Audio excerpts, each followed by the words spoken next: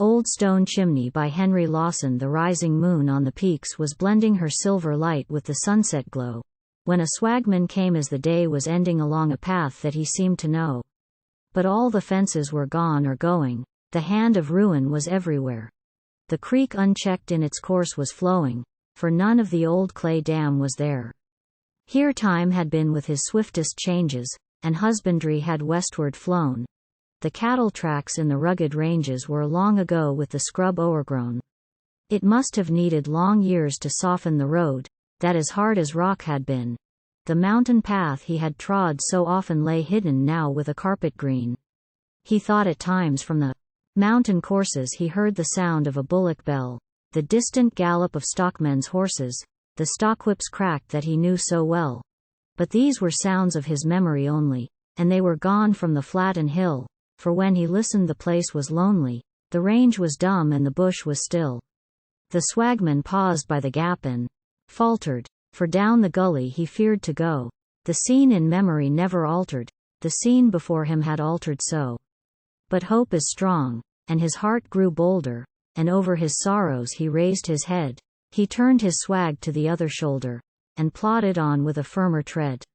Ah! Hope is always the keenest hearer, and fancies much.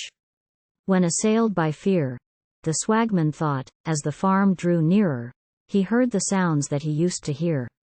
His weary heart for a moment bounded, for a moment brief he forgot his dread. For plainly still in his memory sounded the welcome bark of a dog long dead. A few steps more and his face grew ghostly, then white as death in the twilight. Gray, deserted wholly, and ruined mostly, the old selection before him lay. Like startled specters that paused and listened, the few white posts of the stockyard stood, and seemed to move as the moonlight glistened and paled again on the whitened wood. And thus he came, from a life long banished to other lands, and of peace bereft, to find the farm and the homestead vanished, and only the old stone chimney left.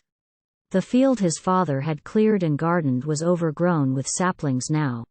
The rain had set and the drought had hardened the furrows made by a vanished plow.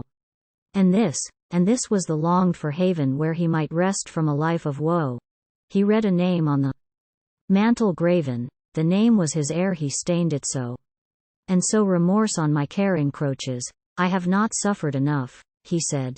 That name is pregnant with deep reproaches, the past won't bury dishonored dead. Ah, now he knew it was long years after, and felt how swiftly a long year speeds. The hardwood post and the beam and rafter had rotted long in the tangled weeds. He found that time had for years been sowing the coarse wild scrub on the homestead path, and saw young trees by the chimney growing, and mountain ferns on the wide stone hearth. He wildly thought of the evil courses that brought disgrace on his father's name.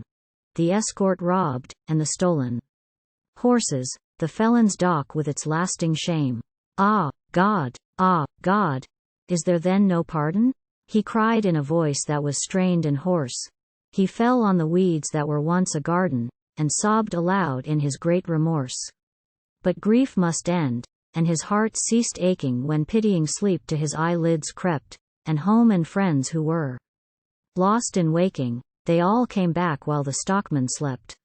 And when he woke on the empty morrow, the pain at his heart was a deadened pain, and bravely bearing his load of sorrow, he wandered back to the world again.